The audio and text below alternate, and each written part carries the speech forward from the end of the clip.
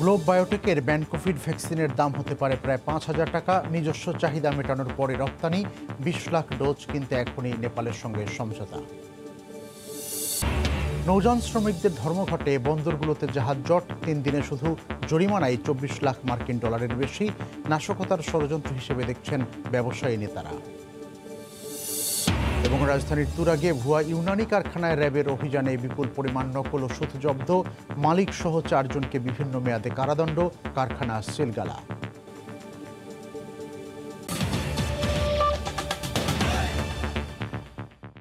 সময় সংবাদের সঙ্গে আছি আমি মিজানুর রহমান খবির। তো গ্লোব বায়োটেকের ব্যানকোভিড ভ্যাকসিনের দাম হতে পারে প্রায় 5,000 টাকা। এটি সফল হলে বাংলাদেশের চাহিদা মেটানোর পরই বিভিন্ন দেশে রপ্তানি করা হবে বলে জানিয়েছেন প্রতিষ্ঠানের চেয়ারম্যান। এদিকে হিউম্যান ট্রায়ালের আগেই 20 লাখ ডোজ টিকা কিনতে সমঝোতা করেছে নেপাল। করোনার ভ্যাকসিন আবিষ্কারে নিজেদের সফল দাবি করার পর প্রথম কোনো বিদেশি রাষ্ট্রের প্রতিনিধি গ্লোব বায়োটেকে। নেপালের অ্যাম্বাসেডর ডাক্তার বনশ্রীধর মিশ্রা বলেন, তারা এই ভ্যাকসিন নিতে আগ্রহী। সফল হলে সরকারিভাবে ক্রয় করতে চান তারা। বাংলাদেশ সরকার চাইলে নেপাল ক্লিনিক্যাল ট্রায়ালেও আগ্রহী।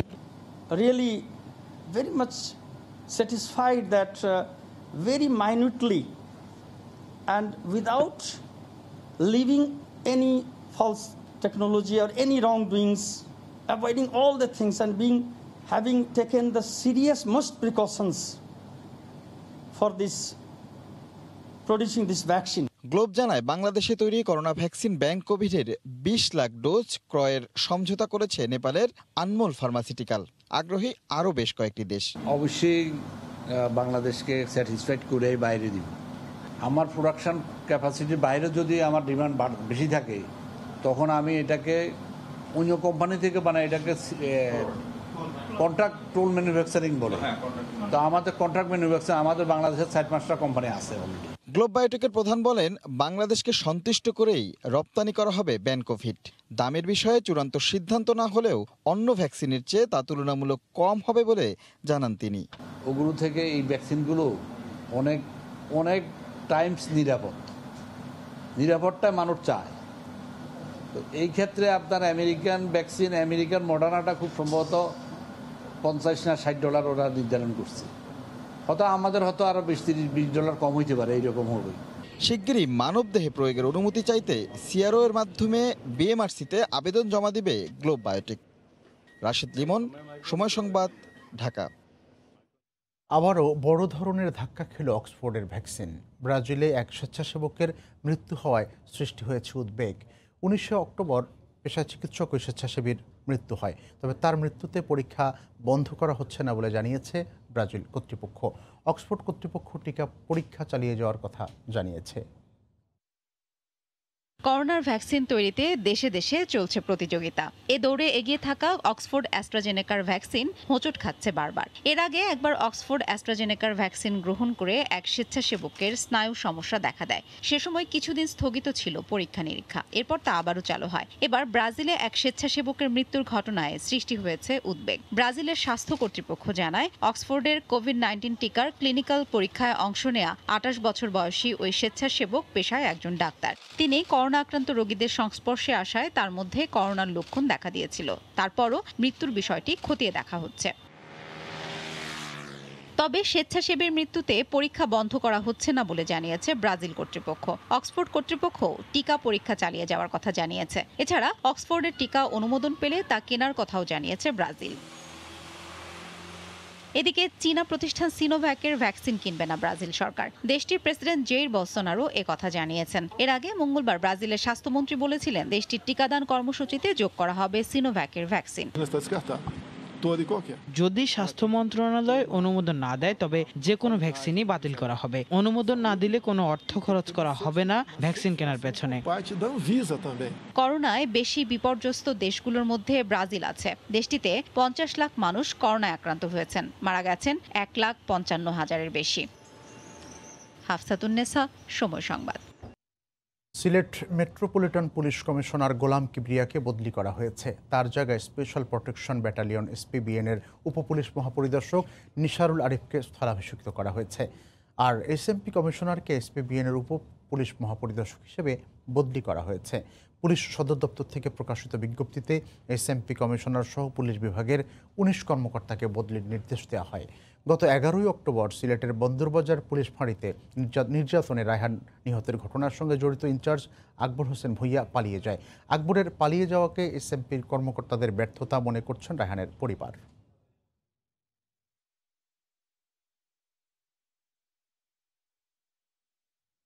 এই মুহূর্তে সিলেটের বন্দরবাজার পুলিশ ফাঁড়ির সামনে আছেন সহকর্মী ইকরামুল কবির। আমরা সরাসরি তার কাছে যাচ্ছি। ইকরাম। ধন্যবাদ কবির। আপনারা জানেন যে ইতিমধ্যে এই যে বন্দরবাজার পুলিশ ফাঁড়িতে ১১ই অক্টোবর যে হত্যাকাণ্ডটি ঘটেছে, রায়হান যুবককে সেই পুলিশের হেফাজতে পুলিশি নির্যাতনে তাকে মারাত্মকভাবে মুমূর্ষু অবস্থায় তারা এখান থেকে নেওয়ার পরে হাসপাতালে তিনি মারা গিয়েছে। এবং বিভিন্ন ঘটনার প্রেক্ষাপটে আজকে দ্বিতীয় ময়নাতদন্তের যে লাশ তোলা হয়েছিল, দ্বিতীয় ময়নাতদন্তের রিপোর্ট আজ প্রকাশিত হয়েছে। প্রথম ময়নাতদন্তের রিপোর্টে যে ১১১টি তার শরীরে বিভিন্ন জায়গায় আঘাতের চিহ্ন ছিল, দ্বিতীয় ময়নাতদন্তের সেই একই ফলাফল এসেছে, অর্থাৎ ১11টি জায়গায় আঘাতের চিহ্ন রয়েছে, 14টি মারাত্মক ক্ষত রয়েছে। এর মধ্যে আরেকটি খবর হচ্ছে গিয়ে বিকেল ৩টার দিকে আমরা খবর পেয়েছি যে সিলেট মেট্রোপলিটন পুলিশ বা মহানগর পুলিশের কমিশনার গুলাম কিবরিয়াকে বদলি করে দেওয়া হয়েছে সিলেট থেকে বিশেষ নিরাপত্তা ও সুরক্ষা ব্যাটালিয়ন SPBN ওনাকে বদলি করে দেওয়া হয়েছে। এবং SPBN-এর উপপুলিশ মহাপরিদর্শক নিসারুল আরিফকে এই এসএমপির কমিশনার হিসাবে তাকে এই জায়গায় স্থলাভিষিক্ত করা হয়েছে। এবং বলে রাখা প্রয়োজন যে এই ফাঁড়ির যে ইনচার্জ আকবর এখান থেকে যেই ঘটনার পরপরই দিনই তিনি পালিয়ে গিয়েছেন, সেই সময় পর্যন্ত পুলিশের যে তদন্ত কমিটি বা পুলিশের বিভিন্ন জিজ্ঞাসাবাদে তিনি কিন্তু সেখানে ছিলেন। তার সাথে যে আরও 4 জন শ্রমিক বরখাস্ত এবং 3 জন প্রত্যাহার, তারা 6 জনই কিন্তু পুলিশ হেফাজতে রয়েছেন। এই আকবর হোসেন ভূঁইয়া পুলিশ হেফাজত থেকে পালিয়ে গিয়েছে, সেটা নিয়ে বিভিন্ন জনের কাছে সমালোচনা হয়েছে। বিশেষ করে রায়হানের মা, রায়হানের আত্মীয় স্বজনরা সে বিভিন্ন জনের কাছে এই ব্যাপারে নালিশ করেছেন। পররাষ্ট্রমন্ত্রী ডক্টর AK আব্দুল মোমিন তার বাসায় এসেছিলেন, তাদের বাসায়, তাদের কাছেও তারা এই ধরনের অভিযোগ করেছেন। একটি কথা বলে রাখা প্রয়োজন, আমি একটু যদি দেখাতে চাই যে পিছনে একটি সিসি ক্যামেরা রয়েছে, একটি সিসি ক্যামেরা রয়েছে বন্দরবাজার পুলিশ ফাঁড়ির সিসি ক্যামেরা। এই ক্যামেরা যে ফুটেজ ছিল, সেই ফুটেজ আকবর হোসেন তার সঙ্গীদের নিয়ে, বন্ধুবান্ধবদেরকে নিয়ে এই ফুটেজটি হার্ড ডিস্কটি নষ্ট করে দিয়েছে এবং এই হার্ড ডিস্কটি বদল করে অন্য আরেকটি হার্ড ডিস্ক বসানো হয়েছে সিসি ক্যামেরার যে পিসি আছে সেই পিসির মধ্যে বসিয়েছে। এবং এটার একমাত্র কারণ হচ্ছে গিয়ে সেই যে নির্যাতন করেছিল, তার নেতৃত্বে যে নির্যাতন হয়েছিল তারই এই ঘটনায়, এবং তারই সংঘবদ্ধ দল সেদিন অর্থাৎ 11 তারিখ বিভিন্ন অনলাইন পোর্টালে প্রচার করেছিল তারই যারা সঙ্গীরা আছে তাদের মাধ্যমে যে তাকে গণপিটুনিতে হত্যা করা হয়েছিল। কিন্তু পরবর্তীতে দুপুরের পর আমরা মূল ঘটনা উদ্ঘাটন করি এবং রায়হানের পরিবারের সদস্যদের অভিযোগের ভিত্তিতে আমরা আসলে তার সত্যতা পাই। CCTV ফুটেজ এবং অন্যান্য আনুষঙ্গিক যেই ঘটনার প্রবাহ, সব ঘটনার প্রবাহ থেকে আমরা স্পষ্ট হয়ে যায় যে এই ফাঁড়িতে নির্যাতনের ফলে রায়হানের মৃত্যু ঘটেছে। সব কিছু মিলে বলা যায় মামলার অনেকটা অগ্রগতি হচ্ছে। একজন মামলার গ্রেপ্তার আছে। এখন আকবরকে ধরার জন্য র্যাব পুলিশ বিভিন্ন জায়গায় তল্লাশি চালাচ্ছে। মোটামুটি খবর এই ছিল সিলেটের রায়হান হত্যা মামলার পরবর্তী অগ্রগতি। ইকরামুল কবির জানাচ্ছিলেন সিলেট থেকে, সেখানে পুলিশ কর্মকর্তাকে বদলি করা হয়েছে সহ রায়হান হত্যাকাণ্ডের পরবর্তী অবস্থা সম্পর্কে। ময়মনসিংহে চেতনানাশক মিশ্রিত খাবার খাইয়ে অচেতন করে কলেজ ছাত্রীকে ধর্ষণের ঘটনায় জাকারিয়া নামে একজনকে আটক করেছে র্যাব 14। এই মুহূর্তে কোতোয়ালি থানায় আছেন রিপোর্টার হারুনুর রশিদ। বিস্তারিত জানতে আমরা সরাসরি তার কাছে যাচ্ছি। হারুন। ময়মনসিংহের চরহাসাদি এলাকায় চেতনানাশক মিশ্রিত দই খাইয়ে অচেতন করে কিশোরী ধর্ষণের ঘটনার মূল অভিযুক্ত বা একমাত্র অভিযুক্ত বলা যায় জাকারিয়াকে গ্রেপ্তার করেছে র্যাপিড অ্যাকশন ব্যাটালিয়ন 14-এর সদস্যরা। আমরা র্যাব সূত্রে জানতে পেরেছি যে এই ঘটনার পর থেকেই র্যাব সদস্যরা এই জাকারিয়াকে খুঁজতে থাকে এবং গতকাল তারা জাকারিয়ার অবস্থান নিশ্চিত করে ময়মনসিংহ সদরের দাপুনিয়া এলাকা থেকে তাকে আটক করে। এবং আজকে আমরা কিছুক্ষণ আগে র্যাব অফিস থেকে, র্যাব কার্যালয় থেকে আমরা যেটি জানতে পেরেছি সেটি হচ্ছে যে এই যে জাকারিয়া যে এই পরিবারের 3 সদস্যকে দইয়ের সাথে ঘুমের ওষুধ মিশ্রিত করে তাদেরকে অচেতন করে এবং অচেতন করার পর ওই কিশোরীকে ধর্ষণ করে এটি র্যাবের প্রাথমিক জিজ্ঞাসাবাদের র্যাবের কাছে সেটি স্বীকার করেছে বলে আমরা জানতে পেরেছি। আমরা কথা বলেছিলাম র্যাব 14 ময়মনসিংহের অধিনায়ক লেফটেন্যান্ট কর্নেল ইফতেখার উদ্দিনের সাথে। তিনি জানিয়েছেন যে তারা জিজ্ঞাসাবাদ করার পর সে এই ঘটনার সাথে সম্পৃক্ত থাকার কথা স্বীকার করেছে এবং সে বলেছে যে ময়মনসিংহ সদর থেকে একটি ওষুধের দোকান থেকে সে 3টি ঘুমের ওষুধ কিনে নেয়, ট্যাবলেট কিনে নেয় এবং এই ট্যাবলেটগুলো সে 3টি দইয়ের সাথে মিশ্রণ করে এবং মোট 4টি দই নিয়ে ওই বাসায় গত সোমবার রাত 8টা সাড়ে 8টার দিকে যায় এবং যাওয়ার পর যে 3টি দইয়ের কাপে যে চেতনানাশক ওষুধ মিশানো সেগুলো ওই পরিবারের সদস্য ওই নির্যাতিতা কিশোরী তার ছোট বোন এবং তার নানিকে খেতে দেয় এবং আরেকটি দই থাকে যেটাতে কোনো কিছু মিশানো ছিল না, সেটি সে নিজে খায়। এরপর এই দইগুলো খাওয়ার পরই পরিবারের সদস্যরা অচেতন হয়ে অজ্ঞান হয়ে পড়ে এবং এরপর ওই কিশোরীকে ধর্ষণ করে ওই অভিযুক্ত জাকারিয়া এবং এটি র্যাবের জিজ্ঞাসাবাদে তার স্বীকার করেছে। আর এই ঘটনায় পরপরই খবর পেয়ে মঙ্গলবার রাত 11:30টার দিকে কোতোয়ালি থানার ধর্ষণ প্রতিরোধ টিমের সদস্যরা ঘটনাস্থলে যায় এবং সেখান থেকে মামলার আলামত সংগ্রহ করে এবং ওই নির্যাতিতাকে ময়মনসিংহ মেডিকেলে এনে ভর্তি করে এবং সেখানে তার ডাক্তারি পরীক্ষা সম্পন্ন হয় এবং এই মুহূর্তে মামলার প্রস্তুতি চলছে। কিছুক্ষণের মধ্যে এই মামলাটি এজাহারভুক্ত হবে বলে আমরা জানতে পেরেছি। তো এই ছিল আমার কাছে সর্বশেষ। ময়মনসিংহে চেতনানাশক মিশ্রিত খাবার খাইয়ে এক কলেজ ছাত্রীকে ধর্ষণের ঘটনায় জাকারিয়া নামে একজনকে র্যাব আটক করেছে, এ বিষয়ে জানাচ্ছিলেন হারুনুর রশিদ। হাতে কয়েন নিয়ে চেয়ার বা টেবিলকে বাদ্যযন্ত্র বানিয়ে গায় গান, বলছি সিরাজগঞ্জের খুদে শিল্পী সুমন শেখের কথা। বিস্তারিত জানাবো সংবাদের শেষাংশে। নৌযান শ্রমিকদের ধর্মঘটে বাল্ক পণ্য লোড আনলোড বন্ধ থাকায় চট্টগ্রাম বন্দরে এবার জাহাজ জট সৃষ্টি হয়েছে। আজও বন্দরের বহির্নোঙরে প্রায় 12 লাখ টন পণ্য নিয়ে 45টি বিদেশি জাহাজ খালাসের অপেক্ষায় রয়েছে। গত 3 দিনে জাহাজগুলোর জরিমানা জমেছে 24 লাখ মার্কিন ডলারেরও বেশি। করোনার এ সময়ে সামান্য অজুহাতে অর্থনৈতিক বিপর্যয় তৈরি করা এই ধর্মঘট স্যাবোটাজ হিসেবে দেখছেন ব্যবসায়ী নেতারা। সাখাওয়াত টিপুর ক্যামেরায় রিপোর্ট কমলদের। করোনাকালীন চূড়ান্ত সময়েও এক মুহূর্তের জন্য বন্ধ ছিল না চট্টগ্রাম বন্দরের কার্যক্রম, কিন্তু করোনা সংকট কাটিয়ে ওঠার কঠিন এই সময়ে খোরাকি ভাতা বাড়ানোর দাবিতে নৌযান শ্রমিকদের ধর্মঘটের বিপর্যস্ত দেশের আমদানি খাত। 3 দিন ধরে বন্দরে বহির্নোঙরে অলস বসে আছে শত শত মাদার ভেসেল এবং লাইটারের জাহাজ। পণ্য খালাস না করে অলস বসে থাকার জেরে গত 3 দিনের জাহাজগুলোর জরিমানা জমেছে 24 লাখ মার্কিন ডলারের বেশি। এই টাকাটা কে দিবে? আলটিমেটলি এটা তো আমাদের সাধারণ জনগণের থেকে টাকাগুলা মানে চলে যাচ্ছে। মালিক শ্রমিকরা যদি এটাকে ইমিডিয়েটলি সমাধান না করে তাহলে এই দেশের অর্থনীতিতে অনেক বিশাল ক্ষতি হয়ে যাবে।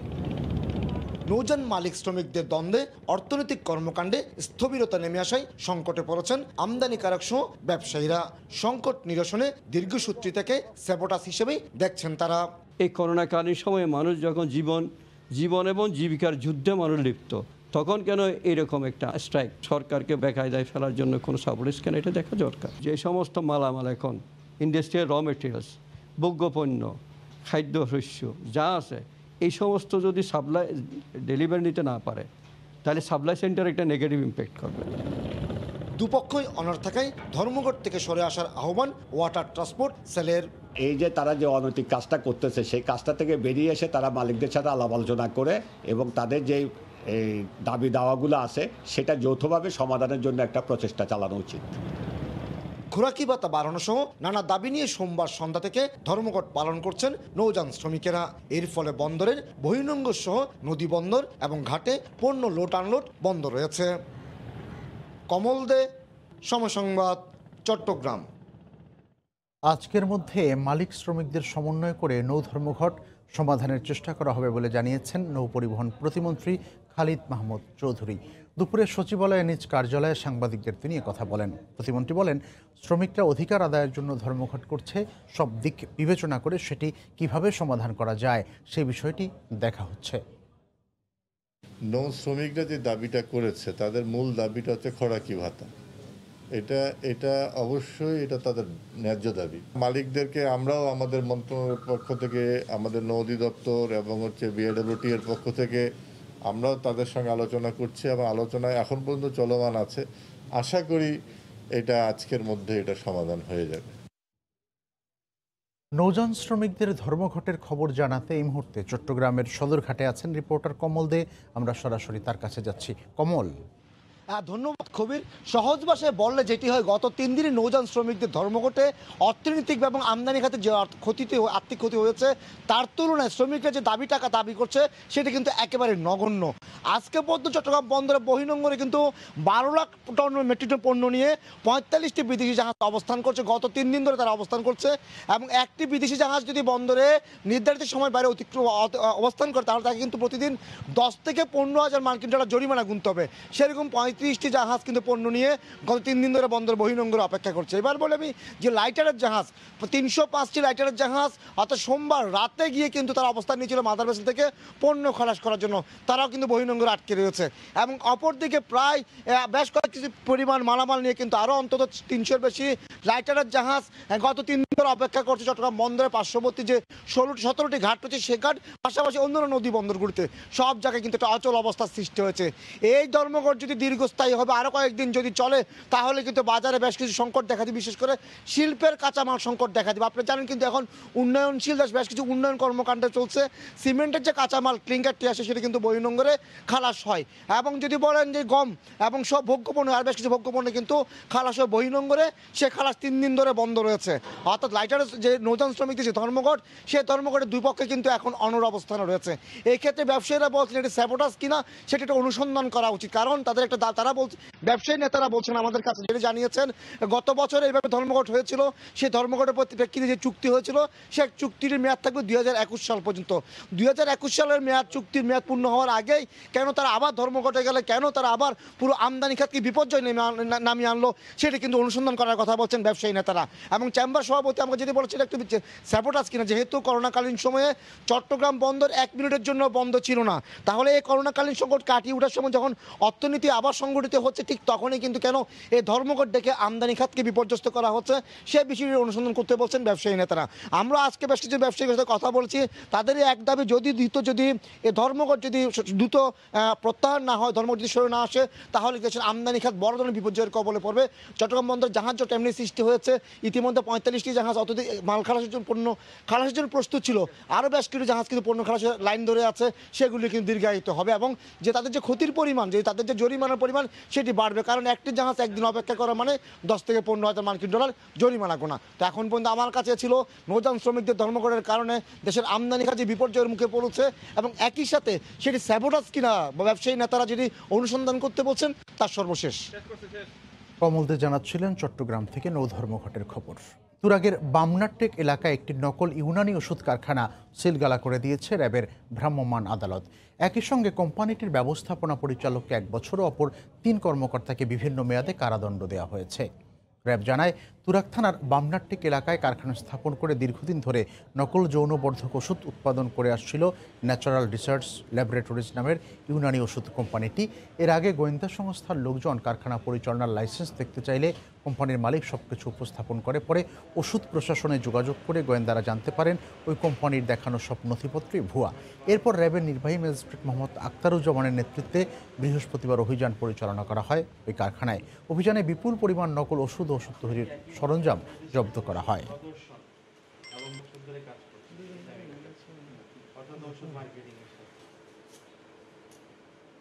কোনো ধরনের লাইসেন্স ছাড়াই সে প্রায় 15 ধরনের ঔষধ এখানে উৎপাদন করছে। এই অপরাধে ড্রাগ আইন 1940-এর বিভিন্ন ধারায় তাদেরকে দোষী সাব্যস্ত করে এখানে যে ফ্যাক্টরির যে মালিক আছে তাকে 1 বছরের বিনাশ্রম কারাদণ্ড প্রদান করা হয়েছে এবং 2 জন মার্কেটিং ম্যানেজারকে যথাক্রমে 3 মাস এবং 1 মাস বিনাশ্রম কারাদণ্ড প্রদান করা হয়েছে।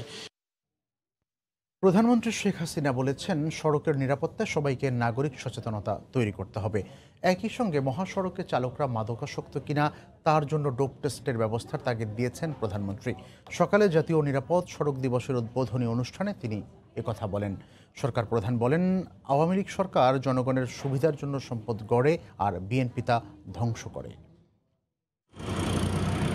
সড়ক যোগাযোগ নেটওয়ার্ক আধুনিকায়নে দেশের অগ্রগতি এখন চোখে পড়ার মতো। মহাসড়কে মূল লেনের পাশাপাশি সার্ভিস লেনের নির্মাণ দুর্ঘটনা রোধে অনেকটা কাজে দিলেও এখনও দেশব্যাপী ১৪৪টি দুর্ঘটনাপ্রবণ এলাকা বা ব্ল্যাক স্পট রয়েছে। অবকাঠামোগত পরিবর্তন ঘটলেও নিরাপত্তার ইস্যুতে এখনও বড় চ্যালেঞ্জ মহাসড়কের শৃঙ্খলা রক্ষা।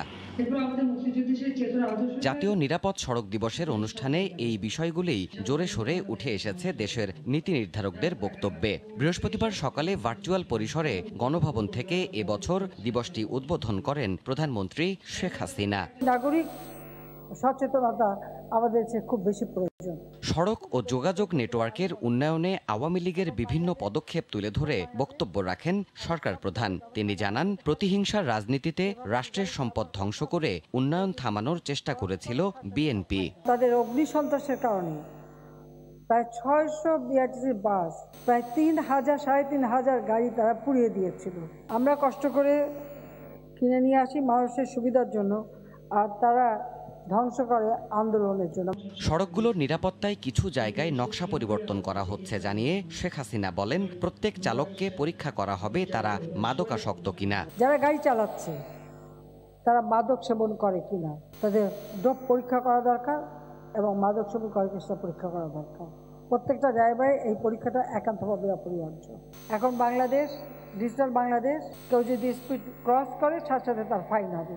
করোনার সম্ভাব্য দ্বিতীয় ঢেউ মোকাবিলায় সবাইকে অন্তত কাপড়ের মাস্ক পরার বিষয়ে জোর অনুরোধ করেন সরকার প্রধান। মাস্কটা আমি বলবো যে ডিসপোজেবলটা না পরে যে 3 পালা কাপড় দিয়ে ঘরেও তৈরি করা যায় বা যে এবং সেগুলি সাবান দিয়ে ধুয়ে ব্যবহার করা, ওটা আরও বেশি স্বাস্থ্যসম্মত। আমি নিজে ওটা শুরু করে দিয়েছি, নিজে এখন কাপড়টাই পরা শুরু করেছি। দেবাশিস রায়, সময় সংবাদ, ঢাকা। স্বাস্থ্য অধিদপ্তরের হিসেবে করোনায় আক্রান্ত হয়ে দেশে আজ দুপুর পর্যন্ত 24 ঘন্টায় 24 জন মারা গেছেন। নতুন শনাক্ত হয়েছেন। এ নিয়ে দেশে মোট রোগীর সংখ্যা 3,94,827 জন।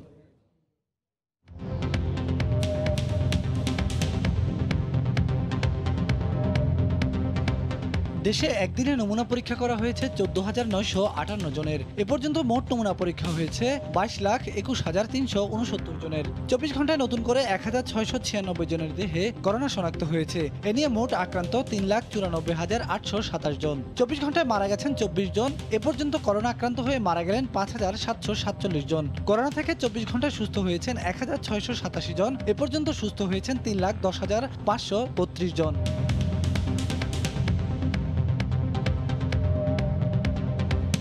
শরতের আকাশে মেঘের ঘনঘটা, সকাল থেকে রাজধানীতে কখনো ঝুম কখনো গুঁড়ি গুঁড়ি বৃষ্টি। আবহাওয়া অফিস বলছে আগামী 2 থেকে 3 দিন বৃষ্টিপাতের পরিমাণ আরও বাড়তে পারে। সমুদ্র বন্দরগুলোতে 3 নম্বর সতর্ক সংকেত। এছাড়া 4টি সমুদ্র বন্দরকে 3 নম্বর, নদী বন্দরগুলোকে 2 নম্বর সতর্ক সংকেত দেখাতে বলা হয়েছে। হঠাৎই আবহাওয়ার রূপ বদল। টিপটিপ বৃষ্টিতে সকাল শুরু রাজধানী সহ দেশের বিভিন্ন অঞ্চলে। বেলা গড়াতেই বেড়ে যায় বৃষ্টির পরিমাণ। দুর্ভোগে পড়েন ঘরের বাইরে বের হওয়া মানুষ। ভিজে অসুবিধা রাখতেছে, এই যে বৃষ্টির মধ্যে ভিজে মানে থাকা যায় না। হঠাৎ করে বৃষ্টির কারণে দেখা গেলো আমরা এই যে ভিজে ভিজে এখন পার্সেল ডেলিভারি দিতে হচ্ছে। যাতায়াতের সমস্যা হচ্ছে আমাদের, জ্বর আসতে পারে বৃষ্টি ভিজতেছি। আবহাওয়া অফিস বলছে আগামীকাল থেকে বৃষ্টির পরিমাণ আরও বাড়বে, যা অব্যাহত থাকবে আরও 2 থেকে 3 দিন। বায়ুর তারতম্য এবং ঝড়ো বাতাসের জন্য 4টি সমুদ্র বন্দরকে 3 নম্বর ও নদী বন্দরগুলোকে 2 নম্বর সতর্ক সংকেত দেখাতে বলা হয়েছে। শুক্রবার সকাল থেকে ঢাকা, বরিশাল, খুলনা, চট্টগ্রাম সহ দেশের কোথাও কোথাও ভারী থেকে অতি ভারী বৃষ্টিপাতের সম্ভাবনার কথাও জানানো হয়েছে। উত্তর পশ্চিম দিকে অগ্রসর হতে পারে। এই নিম্নচাপের প্রভাবে কোথায় কোথায় ভারী থেকে অতি ভারী বর্ষণ হচ্ছে। এই বৃষ্টিটা আগামী 2-3 দিন থাকবে। আজকে বৃষ্টি হচ্ছে, আগামী দিন আরও বৃষ্টি হবে। এদিকে দুর্যোগপূর্ণ আবহাওয়ার কারণে 65 ফুটের নিচে সকল লঞ্চ চলাচল বন্ধ করেছে বিআইডব্লিউটিএ। সীমিতকরণ করা হয়েছে উপকূলবর্তী এলাকার সকল লঞ্চ চলাচল। এহসানুল হক শাওন, সময় সংবাদ, ঢাকা। শারদীয় দুর্গোৎসব উপলক্ষে কিশোরগঞ্জের কটিয়াদীতে জমে উঠেছে ঐতিহ্যবাহী ঢাক ঢোলের হাট। প্রায় 500 বছরের পুরনো হাট বাড়িয়ে দেয় পূজার আনন্দ। উৎসবের অবিচ্ছেদ্য অংশ হয়ে উঠেছে দেশের একমাত্র বাদ্যযন্ত্রের এই হাটটি। কিশোরগঞ্জ থেকে নূর মোহাম্মদের তথ্য, ছবিতে রিপোর্ট।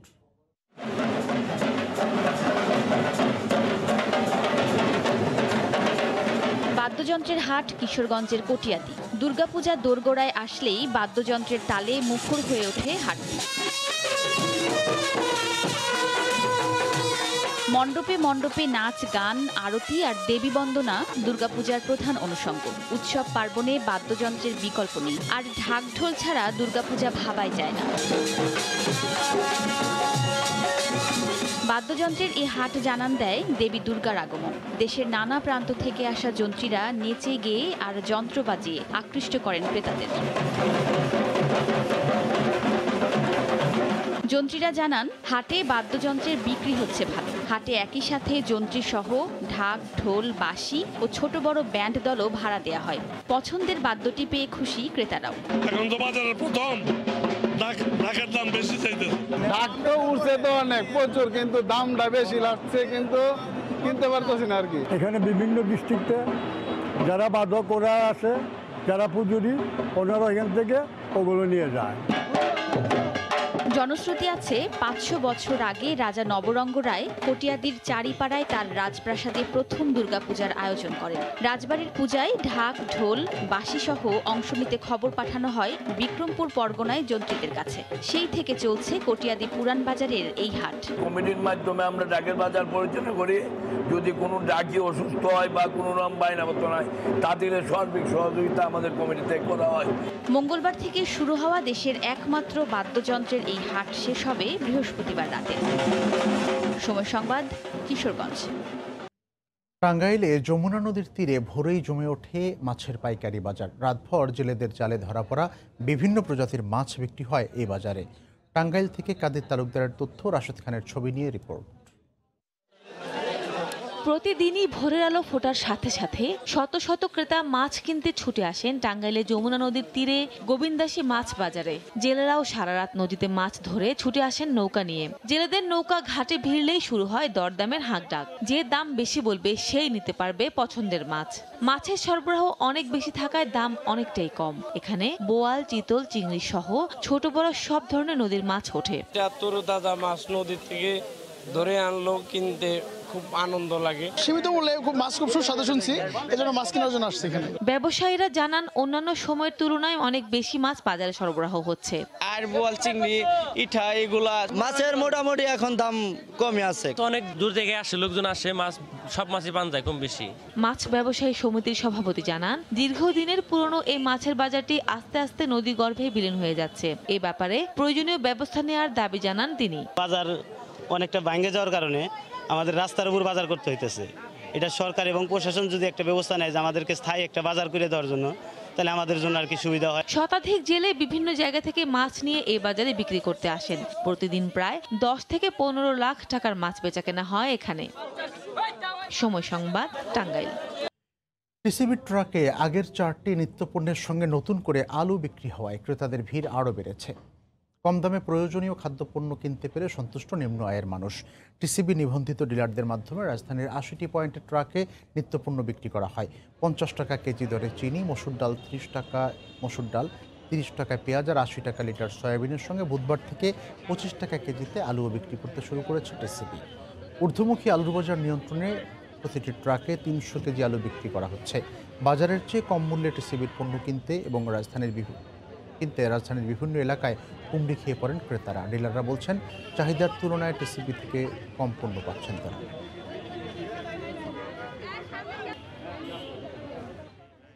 পেঁয়াজ 300 কেজি, আলু 300 কেজি, ডাল হলো 300 কেজি, আর তেল 500 কেজি, চিনি 400 কেজি।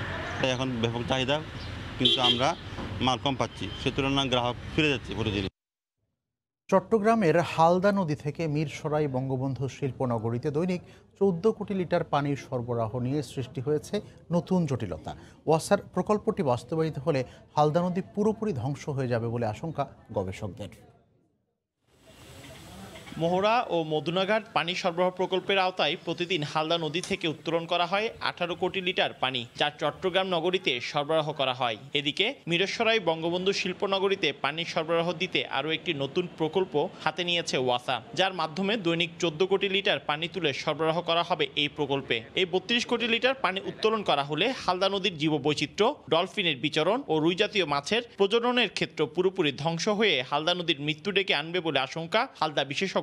শিল্পনগরীর জন্য যদি এখান থেকে 14 কোটি লিটার পানি উত্তোলন করা হয়, তাহলে আসলে হালদার ইকোসিস্টেম, এই যে রিভার ইকোসিস্টেম, সেটা হালদার জীববৈচিত্র্য, মৎস্য প্রজনন, ডলফিনের আবাসস্থল, এটা তো অবশ্যই বিঘ্ন হবে। একই সাথে চট্টগ্রাম ওয়াসার যে আরও দুটো প্রকল্প আছে, মদুনাঘাট প্রকল্প এবং মহড়া প্রকল্প, ওই দুটোও কিন্তু স্যালাইনিটির কারণে হুমকির সম্মুখীন হবে বলে আমি মনে করি। ওয়াসার নতুন প্রকল্পের জন্য হালদা নদী থেকে পানি উত্তোলনের পক্ষে যুক্তি দাঁড় করালেন এই নদী গবেষক। হালদায় যে পানিটা আসে কর্ণফুলির থেকে আসে এবং কাপ্তের পানিটা ছেড়ে দিলে সেটা এখানে ঢুকে আসে, এবং উপর থেকে যদি হালদাকে অত্যাচার না করি রাবার ড্যাম দিয়ে, স্লুইস গেট দিয়ে, তাহলে কিন্তু এই আসা যাওয়ার পানির মাঝখান দিয়ে হালদা খুব ক্ষতিগ্রস্ত হবে। আর যেখানে ওয়াসা বলছে যে 3.5% পানি আমরা নেব টোটাল পানির, সেটা হালদাকে খুব ক্ষতিগ্রস্ত করবে। এই আহাজারির কোনো অর্থ নেই। অন্যদিকে ওয়াসার ব্যবস্থাপনা পরিচালকের দাবি 32 কোটি লিটার পানি উত্তোলনে হালদার জীববৈচিত্র্য কিংবা মা মাছের কোনো ক্ষতি হবে না। এই নদীটা জোয়ার ভাটার নদী, এটা জোয়ারে সমুদ্রে চলে যাবে পানিটা। আমরা যেহেতু জনগণকে পানি সরবরাহ করি এই নদী থেকে, সুতরাং আমাদেরকে ঘন্টায় ঘন্টায় মনিটরিং করতে হয় পানির ক্যারেক্টার কী, পানির মধ্যে কোন কোন ইনগ্রিডিয়েন্টস আছে, এগুলো সব আমরা স্টাডি করে আমরা এগুলো নোট করে আমরা ওইভাবে ব্যবস্থা গ্রহণ করি। কারণ কেমিক্যাল আমাদের দিতে হয়, সুতরাং কেমিক্যাল বাড়ানো কমানো সব এগুলোর উপর নির্ভর করে পানিটাকে পরিশোধন করার জন্য। তো সেই জন্য আমরা বলেছি যে এটাতে কোনো সমস্যা নেই। চট্টগ্রামের রাউজান ও হাটাজারি উপজেলার দীর্ঘ 98 কিলোমিটার এলাকা জুড়ে হালদা নদী। পার্থপ্রতিম বিশ্বাস, সময় সংবাদ, চট্টগ্রাম। দেশের বাইরের খবর। যুক্তরাষ্ট্রের নির্বাচনকে কেন্দ্র করে সন্ত্রাসী গোষ্ঠী দিয়ে পাল্টাপাল্টি হামলা চালানোর অভিযোগ করেছে ডেমোক্র্যাট ও রিপাবলিকানরা। বৃহস্পতিবার চূড়ান্ত বিতর্কে অংশ নেওয়ার আগে একে আবারও বিতর্কিত, নিরপেক্ষ নয় বলে মন্তব্য করেছেন মার্কিন প্রেসিডেন্ট ডোনাল্ড ট্রাম্প। বুধবার জো বাইডেনের কোনো উল্লেখযোগ্য কর্মসূচি না থাকলেও তার হয়ে সরাসরি মাঠে প্রচারণায় নেমে ট্রাম্পের নীতিকে ব্যর্থ আখ্যা দিয়েছেন সাবেক প্রেসিডেন্ট বারাক ওবামা। টেনেসি অঙ্গরাজ্যের ন্যাশভিল থেকে রিপোর্ট হাসানুজ্জামান সাকির। নির্বাচন ঘিরে 1 মিনিটও সময় নষ্ট করতে রাজি নন মার্কিন প্রেসিডেন্ট ডোনাল্ড ট্রাম্প। বুধবার নর্থ ক্যারোলাইনায় সমাবেশে বাইডেনকে ঘুমন্ত আখ্যা দিয়ে রিপাবলিকান প্রার্থী ট্রাম্প বলেন, ডেমোক্রেট এই নেতা জিতলে যুক্তরাষ্ট্র বামপন্থায় ভরে যাবে। Where they can speak their minds and practice their religion and live by their values, then you must defeat Sleepy Joe Biden and the radical left. জো বাইডেনের হয়ে সশরীরে প্রচারণায় নেমেছেন সাবেক প্রেসিডেন্ট বারাক ওবামা। বুধবার পেনসিলভেনিয়ায় একাধিক কর্মসূচিতে অংশ নেন তিনি। বলেন, ট্রাম্প মার্কিন জনগণের ভালো চান না।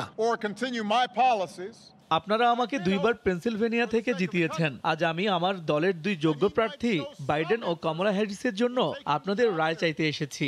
ডেমোক্রেট দলীয় এই 2 প্রার্থী জিতলে মার্কিন নাগরিকরা স্বাস্থ্যসেবা সহ সুন্দর ভবিষ্যৎ পাবেন, যা ট্রাম্প দিতে ব্যর্থ হয়েছেন। এদিকে ভোটের দিন যত ঘনিয়ে আসছে ততই সংঘাতপূর্ণ হয়ে উঠছে নির্বাচনী পরিবেশ। ফ্লোরিডায় ডেমোক্রেটদের বাড়িতে চিঠি পাঠিয়ে হুমকি দিয়েছে প্রাউড ভয়েস নামে সশস্ত্র সংগঠন। অপরদিকে বাইডেন সমর্থিত এন্টিফা নামে সংগঠনটি রিপাবলিকানদের বাড়িতে হামলা চালাচ্ছে বলে অভিযোগ করা হয়েছে।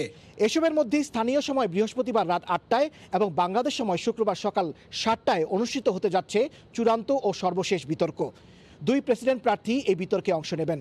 যদিও একজনের কথার শেষে মাইক বন্ধ করে দেওয়ার নিয়ম এবং সঞ্চালকের বিরুদ্ধে পক্ষপাত দুষ্টতার অভিযোগ এনে বিতর্কের আগেই বিতর্ক অনুষ্ঠান বিতর্কিত করে ফেলেছেন প্রেসিডেন্ট ডোনাল্ড ট্রাম্প।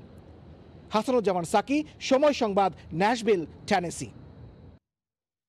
কোনো আনুষ্ঠানিক চর্চার সুযোগ পায়নি, তারপরও তার অভিনব কায়দার গান মুগ্ধ করে সবাইকে। সিরাজগঞ্জের ক্ষুদেশিল্পী সুমন শেখ 2 হাতে 2টি কয়েন নিয়ে চেয়ার বা টেবিলকে বাদ্যযন্ত্র বানিয়ে সে গান গায়। রিপোর্ট রিঙ্কু কুণ্ডুর, ছবি তুলেছেন অমৃত সেন।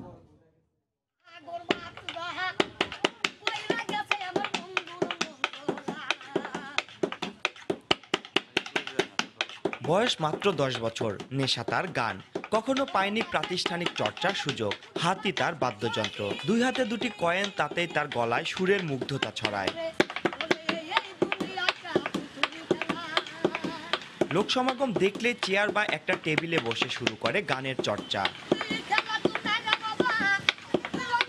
প্রতিদিন হাটবাজারে ঘুরে ঘুরে গান গায় আর দর্শক মুগ্ধ হয়ে শোনে।